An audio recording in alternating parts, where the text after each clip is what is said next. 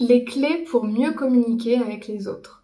Bonjour à vous, j'espère que vous allez bien. Je suis très heureuse de vous retrouver dans cette nouvelle vidéo de ma chaîne YouTube dans laquelle je vais vous donner des clés issues du coaching, de la PNL, de l'hypnose pour mieux communiquer avec les autres et donc être plus en paix dans vos relations avec les autres, que ce soit au niveau sentimental, familial et puis les autres relations qui vous entourent.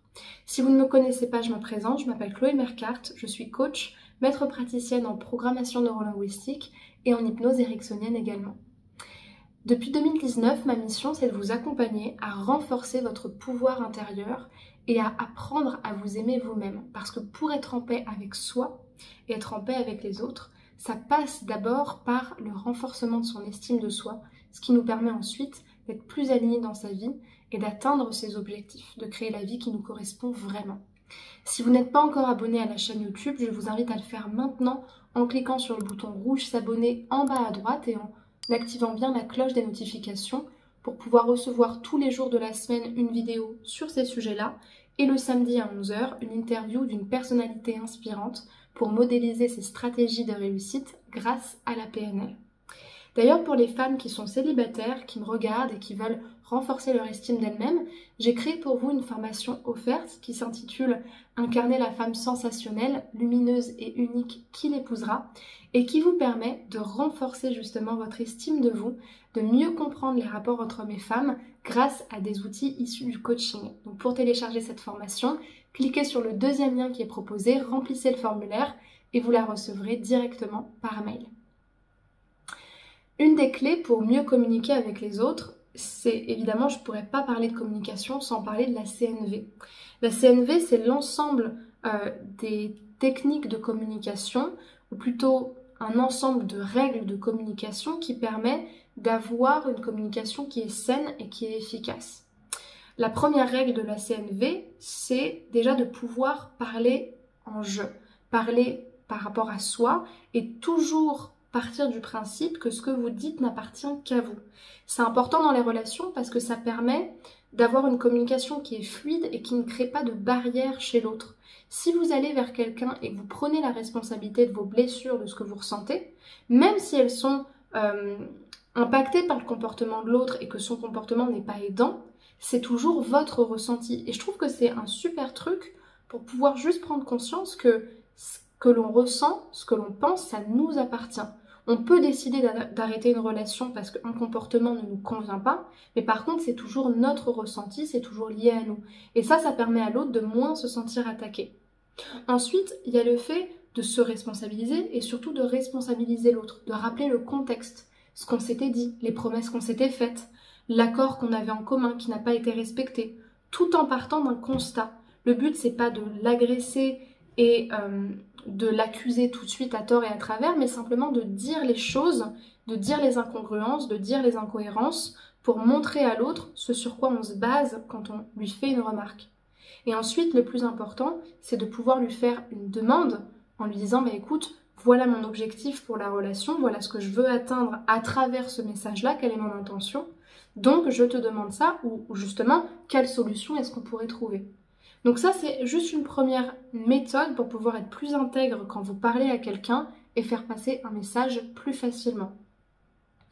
Pour pouvoir transmettre ce message-là, ce qui me semble important, c'est aussi de prendre le temps de ressentir vos émotions, de les réguler, plutôt que tout de suite réagir à chaud. Si vous réagissez à chaud, vous allez faire porter à l'autre des choses qui ne lui appartiennent même pas et fragiliser la relation parce que vous voudrez avoir raison. Quand on ressent quelque chose et qu'on est dans un conflit relationnel, l'ego qui nous protège fait qu'on a envie d'avoir raison. Je ressens ça, donc c'est vrai. Je ressens cette colère-là, donc c'est toi le fautif. Sauf qu'en fait, c'est ma colère, c'est ce que moi je ressens. Et ce que moi je ressens est issu de ce qui est vrai pour moi et des blessures que je porte. Donc bien sûr que je peux faire une remarque à l'autre. Mais déjà en ayant fait le point sur ce qui était en train de se jouer pour moi. Ce qui est très, très important aussi, j'y suis passée assez rapidement, mais ce qui marche bien dans la communication, c'est de valoriser l'intention de votre message. En fait, souvent, la plupart des problèmes qu'on rencontre, c'est des problèmes de communication, des problèmes de mauvaise compréhension des intentions communes. Si je démarre mon message avec une personne en lui disant « écoute, Ce que je vais te dire, c'est pas facile, mais mon intention, c'est qu'on soit plus fort dans la relation, qu'on dure dans le temps et que chacun trouve sa place, le message va beaucoup mieux passer parce que l'intention, elle sera clarifiée et que l'autre, il se sentira engagé dans le même but commun avec vous. Et surtout, ce qui me paraît aussi important, c'est de vous rappeler de certains présupposés de la PNL que je vous donne souvent, comme par exemple le fait que ce qui est vrai pour vous n'est pas vrai pour l'autre, la carte n'est pas le territoire. Vous rappelez aussi que ce que fait, dit, pense une personne, souvent à un moment donné, est la meilleure chose qu'elle peut faire par rapport à sa carte du monde. C'est-à-dire que si une personne, par exemple, n'a pas confiance en elle, doute énormément des choses, et dans un contexte où elle n'est pas en mesure d'avoir les croyances que vous avez, les capacités que vous avez, son comportement, ses croyances, va forcément être similaire et représentatif de ce qu'elle pense dans la vie de manière générale ou de ce qu'elle pense d'elle-même. Donc, regardez aussi les choses sous cet angle-là. La personne, elle réagit de la meilleure manière par rapport aux informations dont elle dispose et aux ressources dont elle est consciente. Ça ne veut pas dire qu'on peut l'excuser, ça nous donne juste des informations sur quelle était sa réalité à ce moment-là. Et ça, je pense que quand on veut durer dans une relation, renforcer une relation, c'est important de voir ça et de pas juste vouloir réparation en se disant c'est pas mon problème, moi ça m'intéresse pas. Et une des choses aussi très importantes qui va toujours dans ce sens-là, il y a toujours une intention positive derrière chaque comportement. Donc ça ne veut pas dire encore une fois qu'on peut excuser tous les comportements, mais que cette personne-là, quand elle agit à ce moment-là, elle a une intention positive qui généralement est le fait de la protéger elle. Donc voilà, c'est des petites clés issues du coaching à se rappeler pour mieux communiquer avec les autres et ça me semble important de vous les rappeler. Si ça vous a plu, je vous invite à me laisser un pouce vers le haut, à m'écrire un commentaire pour me dire lequel est-ce que vous avez réappris ou lequel vous parle le plus.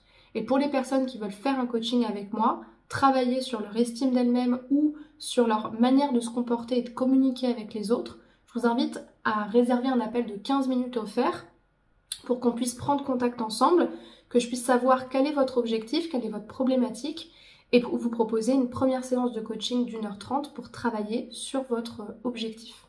Donc pour ce faire, cliquez sur le lien qui est en description de la vidéo, remplissez le formulaire et choisissez le créneau qui vous correspond le mieux.